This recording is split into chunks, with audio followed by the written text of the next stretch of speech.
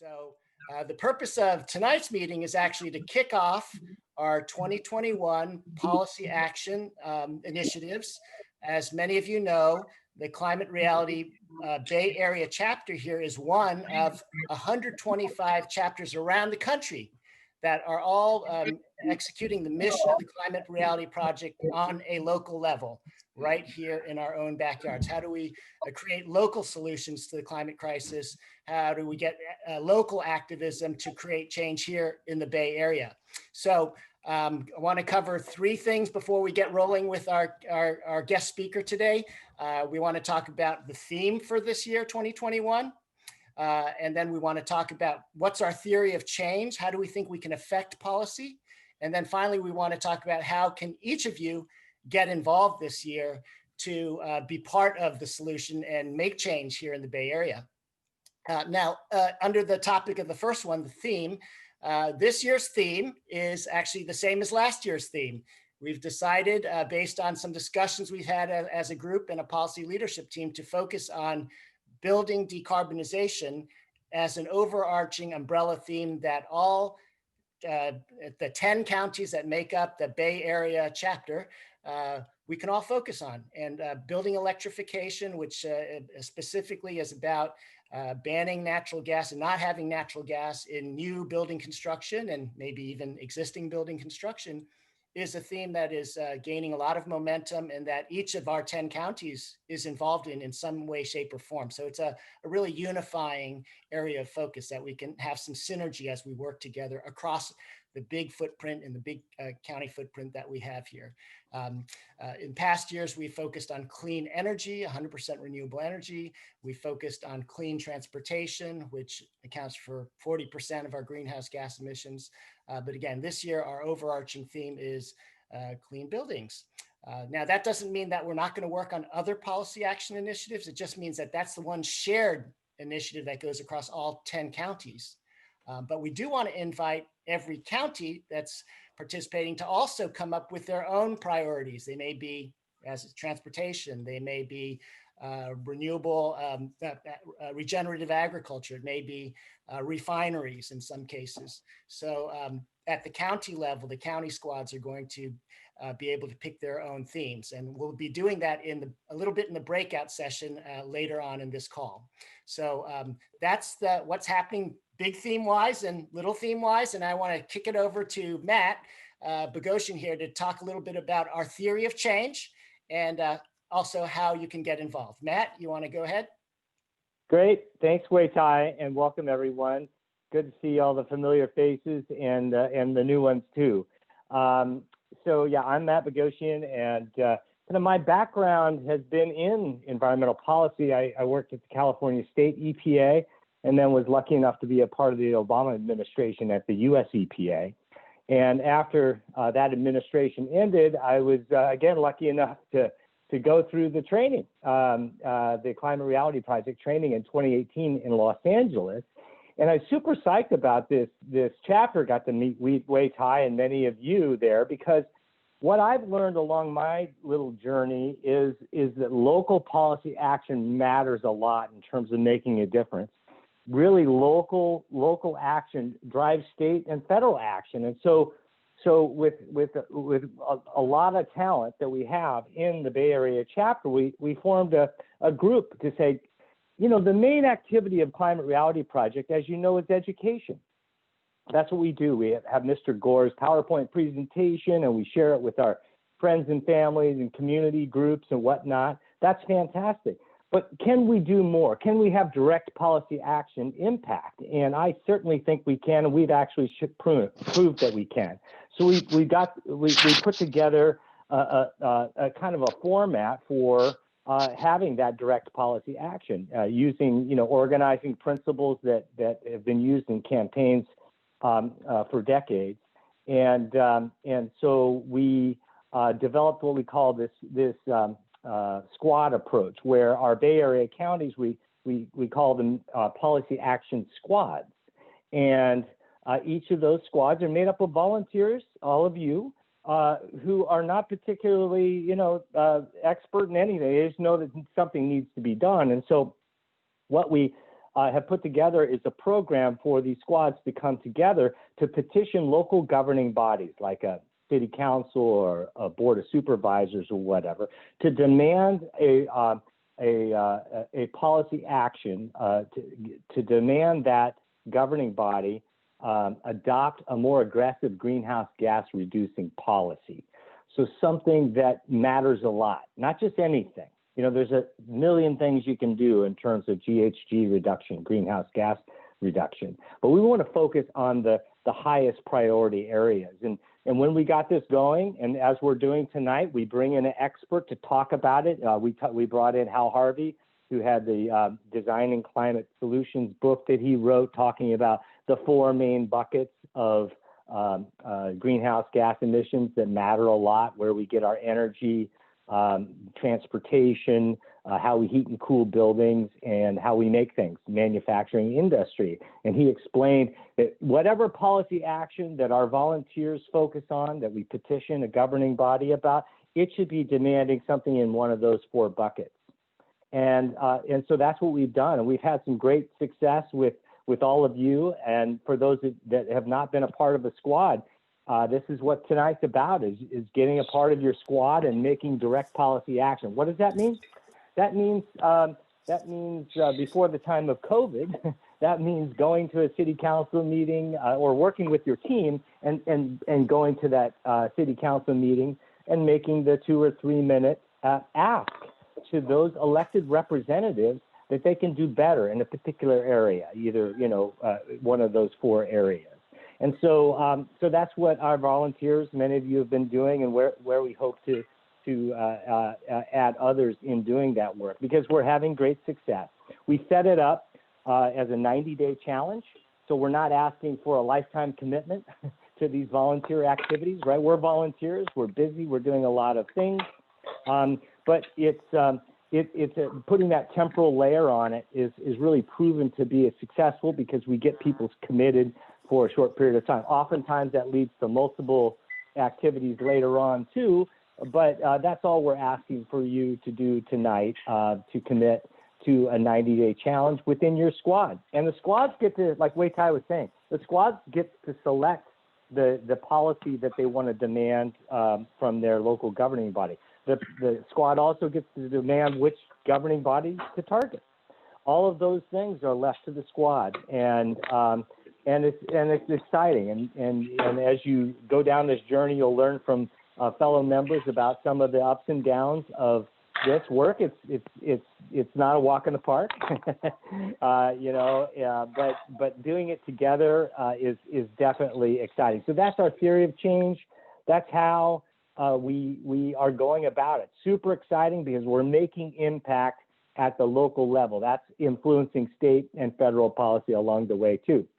And this is such a huge chapter that other chapters around the country are looking at it. We've been in communication with Ken Berlin about how do we scale this to other Climate Reality Project chapters around the country. So very exciting, because of the effort of all of you, volunteers, not experts in policy. So if you're brand new to this thing, don't worry about not being dialed on the subject matter, because we have teammates that do. And as a segue to our guest speaker tonight, we bring in guest speakers and organizations that are really top notch in terms of the science and policy and activism that's going to matter the most. And as Wei Tai indicated, our chapter-wide theme is around building electrification. And of course, for that, we turn, as we did last year, to the Sierra Club. And we're delighted tonight to have Matt Goff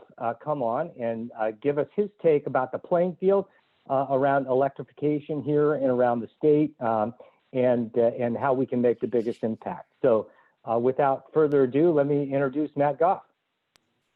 Awesome. Thanks, Matt. Good to be here. Good to see you all tonight. Let me get my screen share going and we will jump into this. All right. Well, welcome, y'all. So my name is Matt Goff. I am a senior campaign representative with the Sierra Club working on building electrification.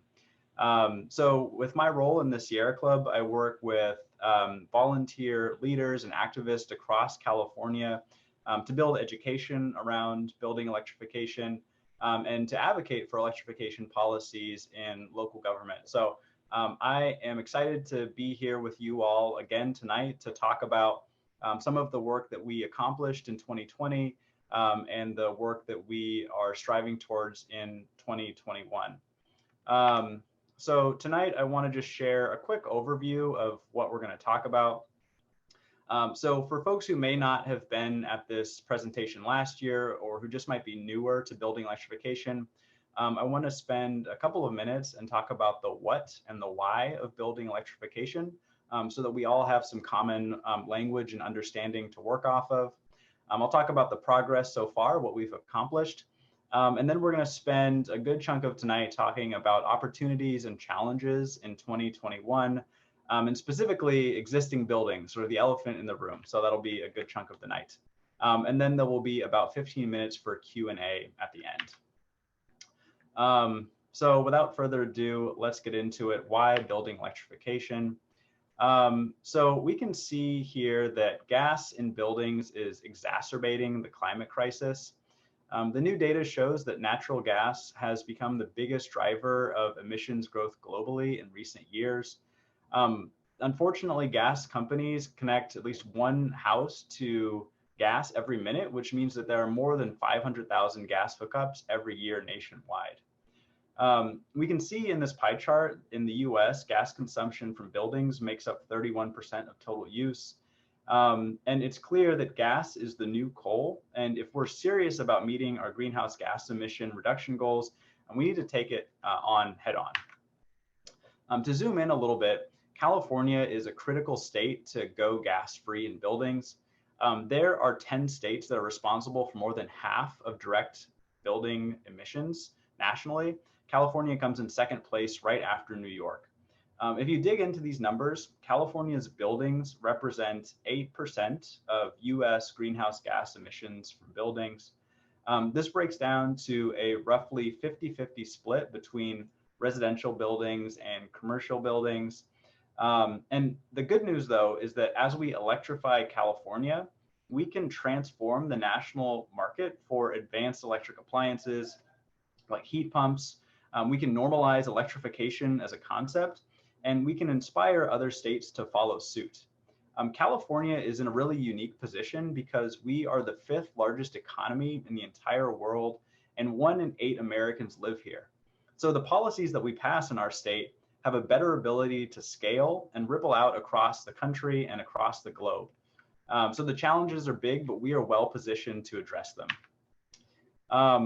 I want to also just sort of wrap up this section by talking a little bit about what building electrification actually looks like. So this slide shows what we mean when we say building electrification. The bulk of our gas use in homes comes from space heating and water heating, and the rest, which is a much smaller amount, comes from gas stoves, clothes dryers, and other appliances.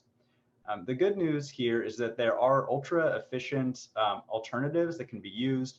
So heat pump water heaters, heat pump space heaters, induction stoves for cooking, and electric heat pump dryers. These technologies are mature, they exist across the country, and they can be installed in homes and buildings across California today. Aside from the climate benefits to electrification, there are other considerations that city governments, that counties, and that the state is looking at when they're thinking about building electrification. So a big one of those considerations is public health. So there have been studies done that show that kids who grow up in homes with gas stoves are 42% more likely to develop asthma in comparison to kids who grow up in homes without gas stoves. And in studies by the Lawrence Berkeley National Laboratory, it showed that in more than 50% of homes with gas stoves, while these stoves were on, the indoor air quality levels would be illegal if they were found outdoors. So these appliances are polluting our homes and affecting our health. Safety and resiliency is another reason to consider electrifying. So on average, if you look at the entire United States, over the last 5 years, every 4 days, there's been a gas pipeline incident that has either killed somebody or sent somebody to the hospital or caused some sort of fire or explosion. In addition to this danger to bodily health and safety, gas lines are more likely to catch fire or explode in the instance of a natural disaster, and they can take weeks or months to repair when they are damaged. And so this is not a piece of infrastructure that is resilient in a planet that is going to have a changing climate with more extreme weather events. On the flip side, for why we should electrify, renewable energy integration is key. So as we replace gas with electric, we can extend the reach of wind and solar into our homes. So the same way that electric vehicles can help integrate renewables into the grid, so can advanced electrical appliances because of their inherent ability to meet demand response and demand flexibility. So you can use your heat pump as a form of energy storage throughout the day, as an example, by heating your water at an off-peak period and then using it during a peak period. There are also benefits in terms of jobs. So I'll get into this a little bit more later in this presentation, but electrification will add jobs to the California economy, with a majority of those being high road jobs. Electrification of new construction is also more affordable. So a study done by the statewide codes and standards team, which is an entity made up of utilities and of regulatory agencies in California, found that in new construction, single family homes are on average $5,000 cheaper to build when you use all electric appliances. And multifamily homes are $1,500 cheaper per unit when you use all electric appliances instead of gas. And this is largely because you don't have to dig up the ground to install the gas pipelines, and you don't have to go through the process of getting those permits, which can take time and money. And then the final reason for electrifying, at least in this presentation, is because it can help to erode the power of the gas industry. So 85% of the gas industry's revenue comes from delivering gas to residential and commercial ratepayers. This is because they have a huge markup to these ratepayers. And so as we electrify our building stock, we're taking out big chunks of the gas industry's profit and reducing their ability to lobby against environmental interest and public interest issues. So this is why it is important to electrify. I want to spend a little bit of time now talking about the progress we've made so far. So there was some significant highlights in 2020. We passed 40 total building electrification reach codes in 2019 and 2020. As of now, more than 10% of Californians live in a community with a building electrification ordinance, which is truly an incredible rate of adoption. We also advocated for all electric building standards from the California Energy Commission. This is something that I think a number of folks at the Climate Reality Project participated on. And for just quick background, the California Energy Commission updates California's building standards every 3 years. And so we've been calling on them to have an all-electric standard for all buildings in California starting in 2022. As of right now, it doesn't look like we're going to get the all-electric standard in 2022, but it does look like we are going to get an electric readiness requirement for new construction, and that one of the major sources of gas use, either space heating or water heating, is going to be required to be all electric. This is a significant improvement from where we were at the beginning of 2020, and is largely due to activists who have been participating in these monthly CEC business meetings. We're also seeing building electrification expand outside of California. So Governor Jay Inslee in Washington is talking about an aggressive building electrification policy for the state. We're seeing places like Oregon and Colorado adopt a California approach and advocate for electrification ordinances at the city level. And on the East Coast, we are seeing a number of states look at electrifying their existing building stock. A lot of this policy work in other states has been inspired by the city leadership that we've helped to lead here in California, and is something we expect to see more of in 2021. And then finally, we're seeing money for all electric appliances from various entities. So I'm going to spend a little bit of time talking about this later, but just know that some of the funding streams for electrification have started to expand. I want to close this highlight section by just talking about a couple of cities here. Because I think that they're important examples of where we should be going, and B, because Climate Reality Project members played a role in some of these wins, and I think it's important to celebrate the victories. So in San Francisco, we recently were able to pass an all-electric building electrification requirement. This built on an electric preferred ordinance that they'd passed previously. And San Francisco is significant because it's one of the largest cities to pass these ordinances. And I would also argue that it's like the cultural capital of Northern California.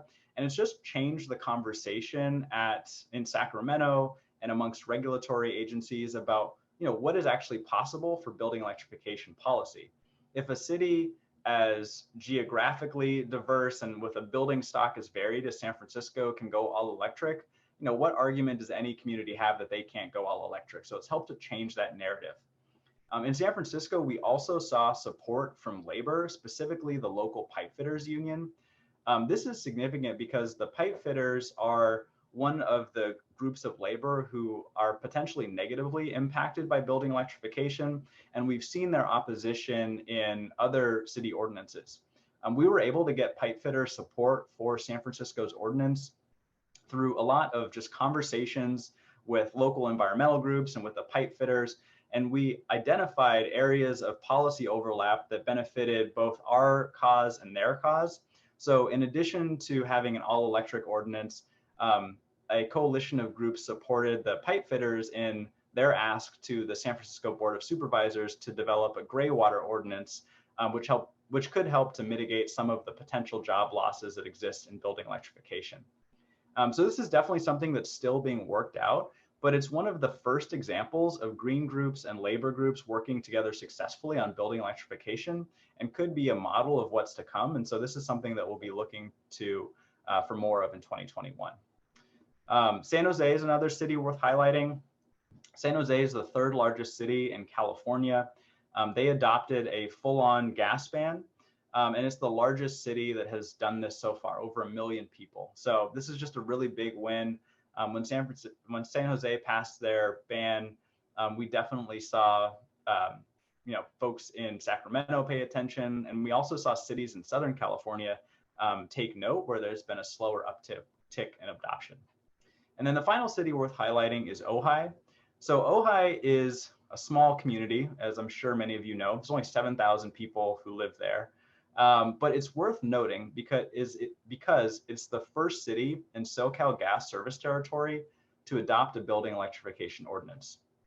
SoCal Gas has been fighting building electrification tooth and nail.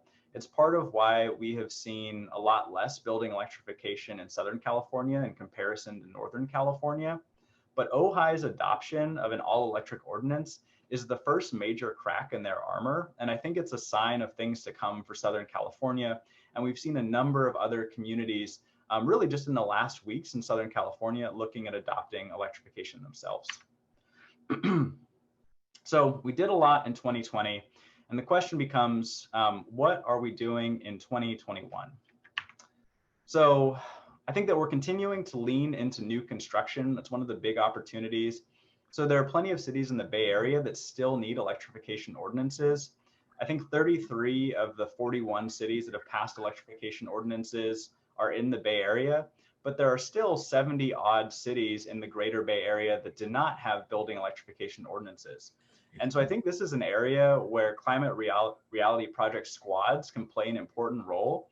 It's really important for folks on this call to go out and talk to the elected officials in the cities that don't have these ordinances and talk to them about it. Building electrification is a subject that is inherently kind of wonky and not too many people are familiar with it. And so the conversations that you can have with elected officials go a long way in building awareness and getting them to direct their staff to develop a policy that can make sense for that community.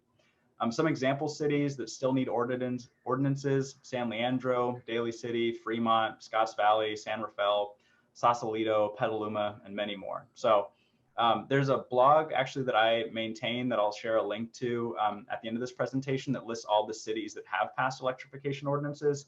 And if your city is not on that list, you should talk to your council member. I think the other opportunity in new construction is to look at the cities that have passed electric preferred ordinances, but ask them to go further with all electric ordinances. So that is communities like Albany, Marin County, Alameda, San Anselmo, and others. We've seen multiple cities strengthen their electrification ordinances. That's what San Jose and San Francisco did. And any of the communities that don't have all electric should definitely consider it. All right, so now we get to the elephant in the room, existing buildings, retrofits and renovations. I'm gonna drink some water here so we can really get into it. So what do retrofits and renovations actually look like? What does that mean? So at the simplest level, it means either incentivizing or requiring gas appliances in the home be converted to all electric appliances. And so from a policy perspective, there are a number of ways in which you can do this. And so I want to talk a little bit about what some of those policy options are. So one example is a point of sale ordinance. So in this type of policy, when you sell your house, you could either be incentivized or required to either upgrade your electrical panel to be electric ready, meaning having the capacity to handle more of an electrical load that comes with having heat pumps for space heating and water heating and induction stove, or to make the full-on conversion to have an electric panel or to have a bigger electric panel and to have the appliances. As I said, this policy could be optional, and it could be implemented by using incentives in the form of a tax break during the sale. It could also be made mandatory, but would have those same benefits so that the individual wouldn't have to pay a huge additional cost at the point of sale. This method would slowly convert the existing housing stock to all electric. This ordinance type has not yet been adopted anywhere, but a number of cities are looking at it. So this is one sort of potential avenue that you can pursue. Another potential option is a burnout ordinance. So a burnout ordinance would either require or incentivize someone to replace their gas appliance with an all-electric appliance when that gas appliance breaks. So on average, gas appliances have a lifespan of 10 to 15 years, depending on the model and depending on the size of your home. And an aggressive burnout ordinance could see a community retrofit a vast majority of their homes in a 15 to 20-year time span, which is what we need if we want to keep our global climate emissions to a manageable level. This type of program could benefit from some of the existing rebate programs that already exist at the utility level and with the CCEs. Menlo Park is an example of a community that is looking at this. Menlo Park recently passed a climate action plan that calls for all buildings in Menlo Park to be all electric by 2030, and they highlight a burnout ordinance as a potential way to get there. A climate action plan is non-binding, so this is not to say that this is what's happening in Menlo Park right now, but it is to say this is one of the pathways that city staff potentially sees to get there. Another potential option is a cash for clunkers style program. So this has been a popular policy for getting older cars, like less efficient and more polluting cars, off the road. And you could take a similar approach for gas appliances. So with this policy, you could pay people to swap out their gas appliances for electric appliances. And this could be a really proactive way to get people to make this switch. So one of the biggest challenges to retrofitting now is that when your water heater breaks, you need a replacement ASAP, and oftentimes the contractor that you call will push you towards a gas replacement, or the panel in your house won't have the capacity to handle an all-electric system. So with a robust cash for clunkers program, combined with a program to get folks to update their electrical panels, this could be a really great way to electrify existing buildings without putting the cost burden on individuals. This is another potential pathway that Menlo Park highlighted in their climate action plan. Yet another potential pathway, appliance emissions regulations. So right now, believe it or not, there are no NOx emission standards from gas appliances in our homes. specifically gas space heating and water heating. But just because there's no regulations doesn't mean these appliances aren't polluting and emitting. So the AQMDs, the air quality management districts, have increasingly been looking at regulating emissions from these gas appliances in our homes.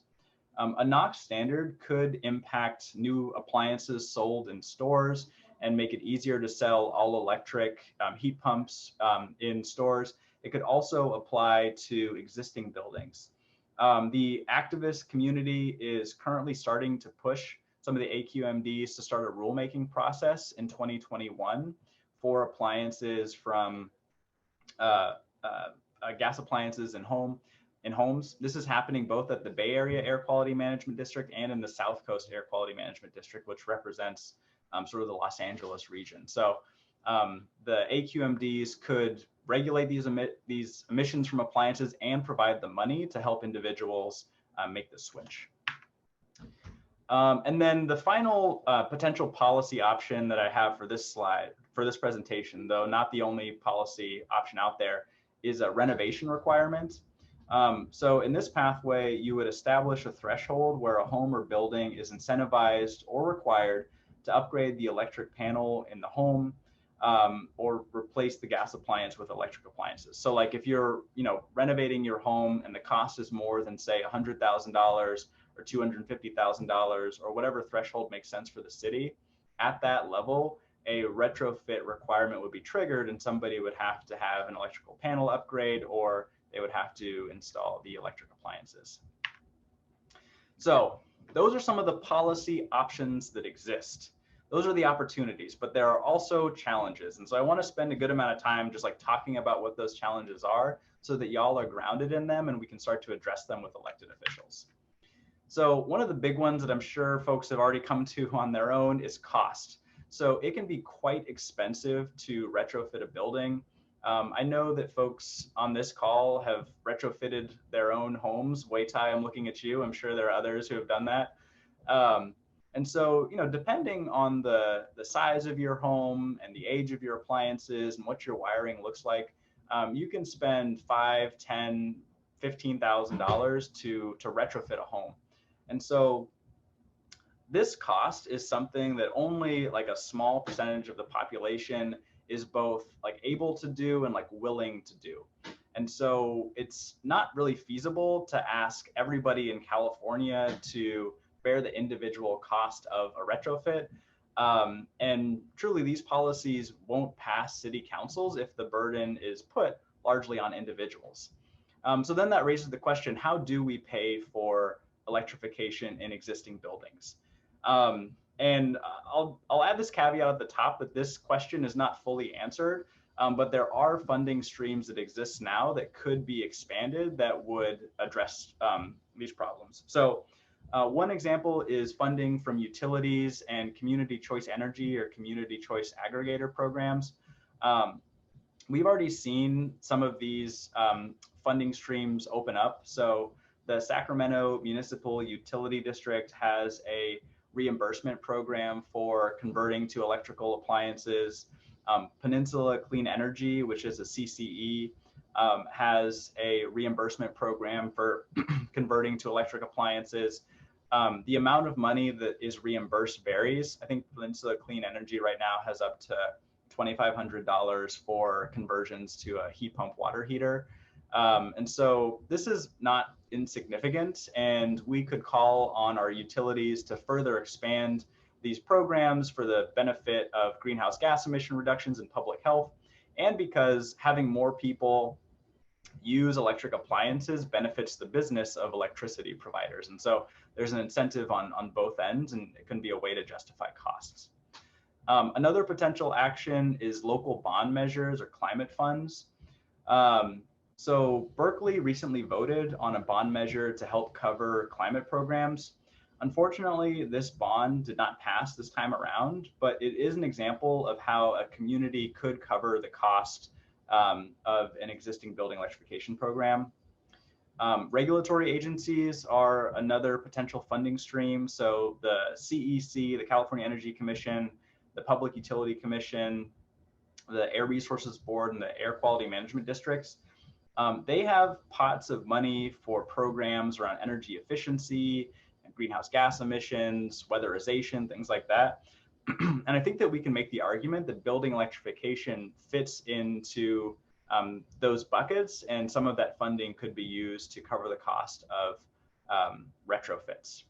Legislation is another potential way to pay for these policies. So we've seen some encouraging signs here. A year or two ago, California passed Senate Bill 1477, which allocates $50 million a year for 4 years to communities in Central California to convert from gas appliances to all electric appliances. And so that's a pilot program that is going to be wrapped up, I believe, in 2022. But that sort of policy could be expanded across the state so that more folks are able to electrify and not bear those upfront costs. And then the final opportunity is federal legislation. So the Biden campaign has pledged to cut building sector emissions in half by 2035 and to eliminate all power sector emissions by the same year. So if they achieve the power sector goal, then building sector emissions would automatically decline by about 2/3. So I am also one of those folks who's like wildly optimistic about 2021. I actually went to Georgia for the last 2 weeks of 2020 to run a canvas office to get Ossoff and Warnock elected. And now that we have control of both the Senate and the House and the presidency, there is a real possibility for significant federal funding to help pay for programs like these. So we don't know what it looks like yet, but it's another potential avenue. So those are some of the cost questions and potential answers. Another challenge to contend with is consumer awareness. And so this is specifically focused on gas cooking. There is a real affinity for gas because of its role in cooking. I think that this preference largely exists because of years of successful marketing by the gas industry.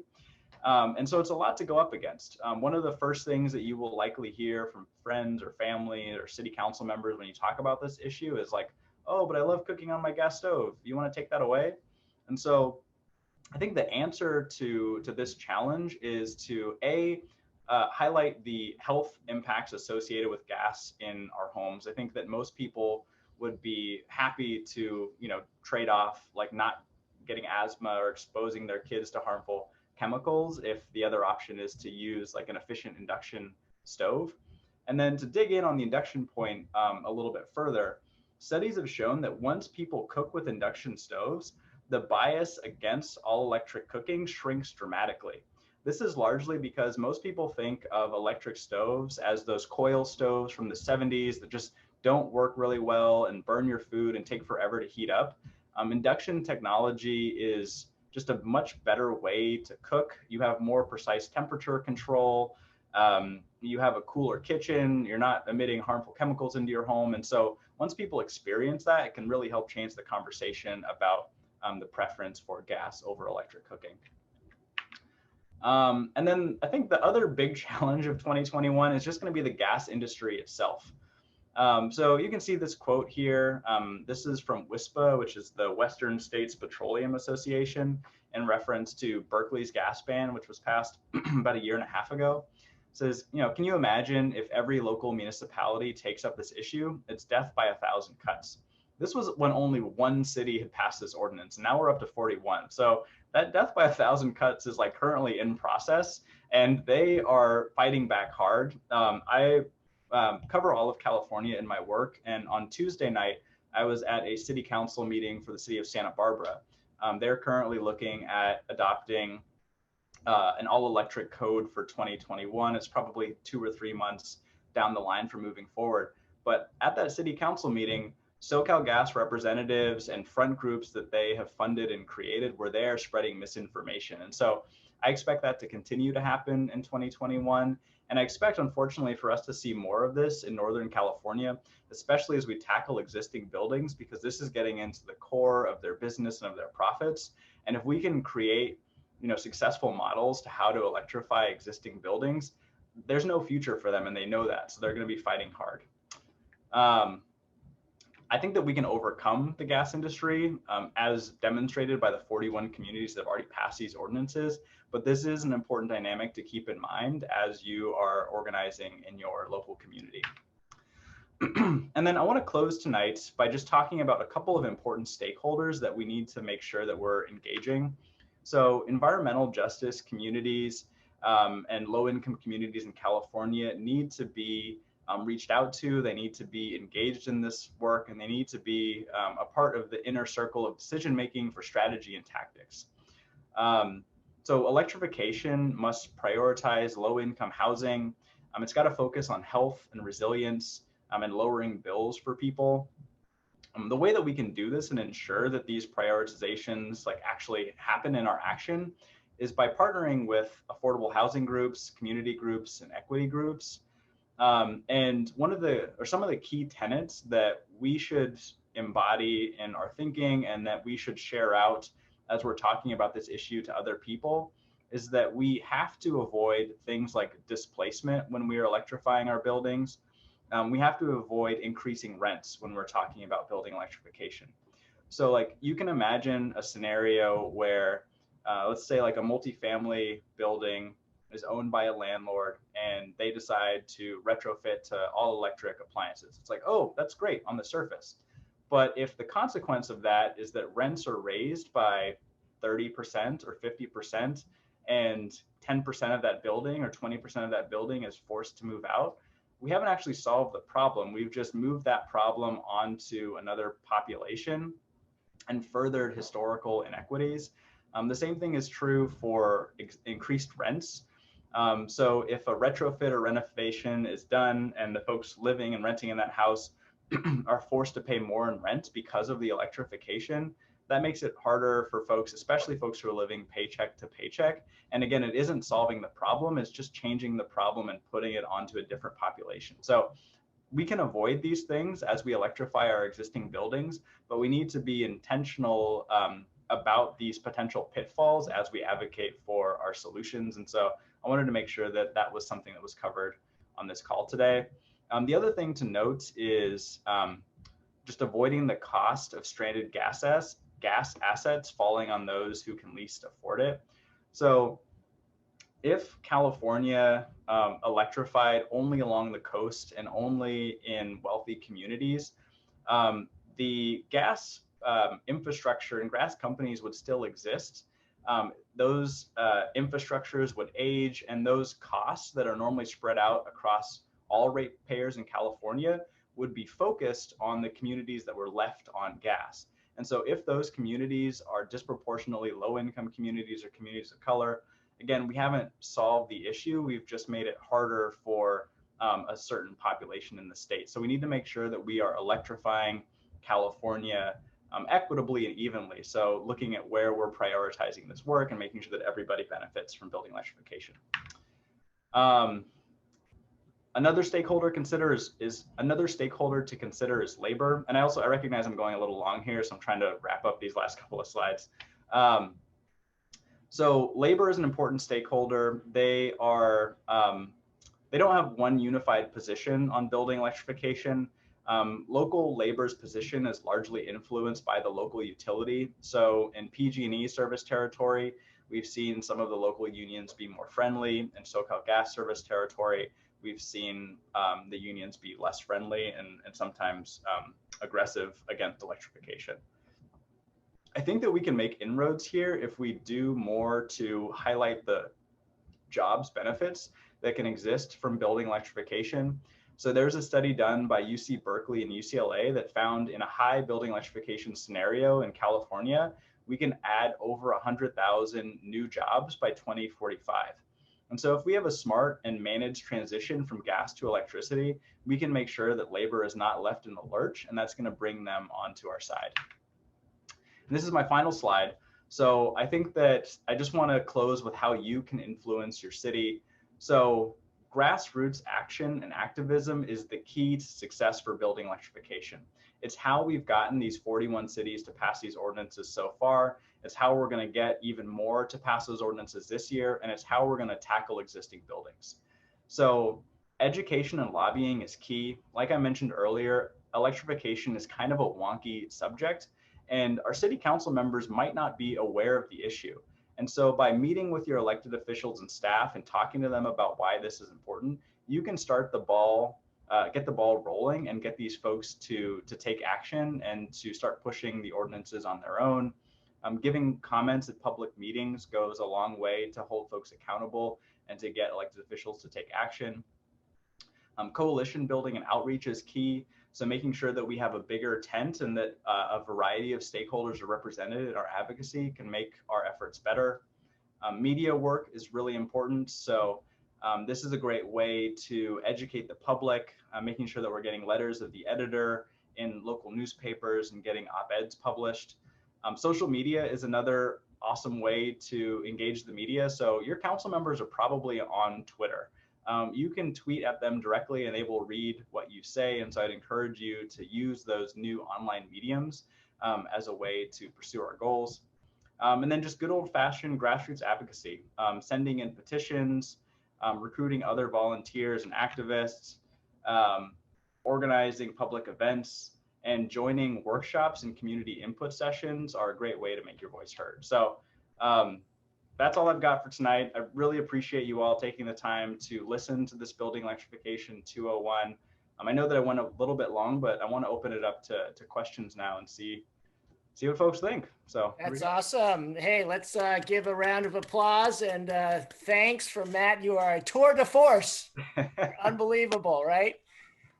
We really appreciate it. Your deep dive and so thorough, so articulate, and very, very, for a big topic, you got us through that pretty quickly. So I've got a few questions that came up in the chat that we'll take questions for about 10 minutes here. I'm going to call on Gabriel, Suhaila, and Everest to ask your questions live in a moment. But the first question from Karen Harrington for Matt was, will your slides be available after the talk? Sure will. Yeah, I will. I'll send those. Wait till I'll send those to you and then you can get them out to folks. Very good. So what's going to happen here is that all of our major presentations are posted in our blog on our climaterealitybayarea.org website, where there'll be a video of this. By the way, you're all being recorded. So there will be a video of this session and we will attach Matt's presentation into there to download at the same time. So I'll send a note about that afterwards. Let me call on Gabriel. Are you there? Go ahead and unmute yourself. And you were going to ask a question about wildfires. Gabriel Dover. Hi, and let me turn off the jazz in the background, but yeah, so Matt, fantastic presentation, by the way. Thank you so much wonderful information into a very compact time. So really appreciate that. And the Sierra Club is absolutely wonderful. So thank you for all that. Yeah, my question, obviously California is already facing some pretty significant issues due to climate change, especially when it comes to the wildfires we've had. And in particular, Northern California, we've seen further flung areas suffer from really long electrical outages.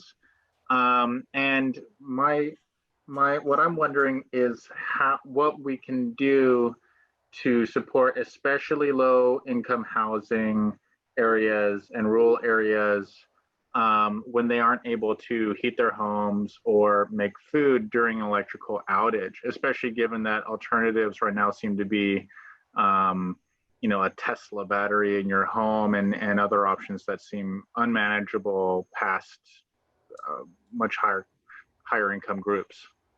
Totally. Yeah, that's a great question. So I think like two sort of veins of thought to try and answer that. So I think one of the first things that comes to mind is that I think that there's like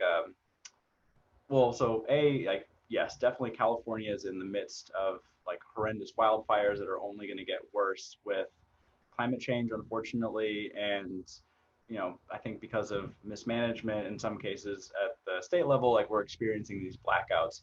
So that is unfortunately the reality that we're likely to live in for like the next couple of years. And so then like, what do we do with that? So I think that there is a perception out there that like gas appliances like are better serving people in electrical outages than electric appliances. But I think that's a misperception that is like pushed by the gas industry. modern gas appliances, ones that have been built in the last 15 to 20 years, typically don't work when there's an electrical outage either, because they need electricity to start. And so, when there's a power outage, it's not like you can just use your gas appliance, like they're out just like the electrical appliances are. There, I think, are very limited instances where somebody might have like a really old gas stove and they're still able to like light that gas stove. But I would argue that if you are in a house that is like pitch black and you have like no access to your refrigerator because the food's getting warm in there, that like just being able to light your stove like isn't dramatically changing your situation. Um, and then I think that electrification, specifically heat pump water heaters, can actually start to address some of the issues that people are faced with in a blackout. So if you have a heat pump water heater, some of those models can store hot water for up to 72 hours. And so even if the power is out, you can still take a warm shower. My colleague, Rachel Golden, actually had that exact experience in the power outages last year. And so I think that those two things are just like short-term like facts that need to be addressed, but like the broader truth is that we should not be like living with blackouts like this in California. And so the solution to those problems, I think, are microgrids and grid hardening and more like on-site generation, which get away a little bit from like the electrification of appliances, but need to be a part of the bigger conversation of like how we electrify California so that the electric system isn't vulnerable to wildfires and blackouts in the way that it is today. Awesome. Thank you for the question, Gabriel. Thanks for the answer, Matt. Let's, is Suhaila there? I know you had two questions, but maybe in the interest of time, you could keep it to one question and Matt can do a quick answer and then we can have time to do one more after that. Yeah, hi. I was actually going to reduce down to one anyway, because I'm pretty sure you answered mine about climate justice and financing. So my other question was kind of thinking broader about building electrification than just California, and really thinking about other states and cities in other states, especially progressive cities that are in states where the cities can't overreach state policies. So for example, Arizona, Tennessee, Oklahoma, and Louisiana passed laws that prohibit like the Californian style gas ban, and Brookline, Massachusetts, in which the Attorney General struck down their effort for building electrification. So I was wondering if you can share some insight into how climate reality, or how activists like us could really push for those policies, even though state doesn't allow it. Yeah, that is a great question. Yeah, the preemption laws that we're seeing pop up in some of those states that you mentioned, I think are a real threat. And so we have a sort of a federal team that works on those sort of issues specifically. And so I'll try to answer this question, but I'll also just posit at the top that maybe I can send you some follow-up information about what that looks like. I think that one of the short-term solutions to that problem is to advocate for these policies in places that are receptive to them. So like leaning into work in Washington State, into Oregon, into Colorado, into New York and Connecticut, places that want to electrify our buildings, because at least for new construction, the cost arguments are so overwhelmingly in our favor.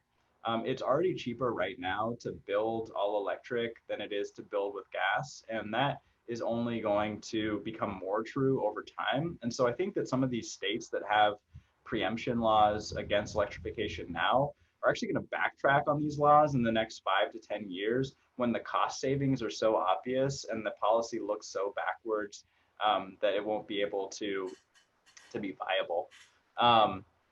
And then I guess the other thing is like we, in these states that have preemption laws, need to do more work to make sure that the governors and legislatures of those states aren't controlled by climate deniers that can pass these kind of policies, which like I know isn't like a real answer, but like it's kind of the thing that we need to do if we want to electrify everything and address the climate crisis. So I'll circle back and get you some more specifics though on what's being done in those states. Awesome. Thank you, Suhaila. And thank you, Matt. All right, let's do one more. Everest, are you on the line and ask your question? And Matt, if you can keep a 30-second response. Sorry. Yeah. Hi, Matt. Very well done. Good presentation. Paul Wormer was slightly able to answer my question, so I'll just throw it to you and see if you can emphasize anything at all. But my question is basically, electrification is better as cost and policy-wise.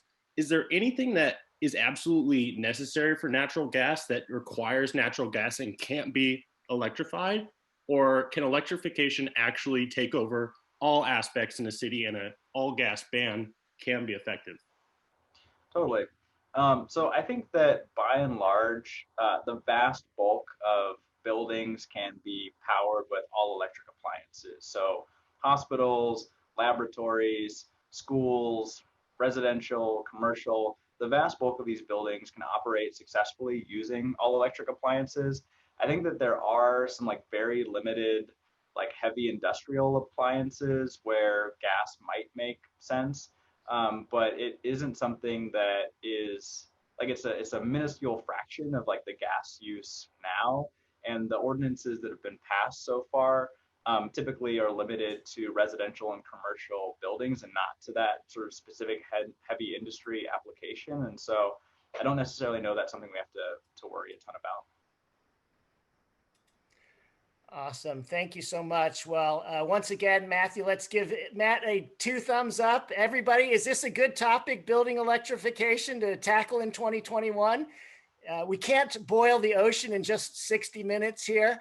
So that's why we picked the topic for the whole year, and we'll have more sessions and discuss the many permutations that Matt sort of gave us overtures on.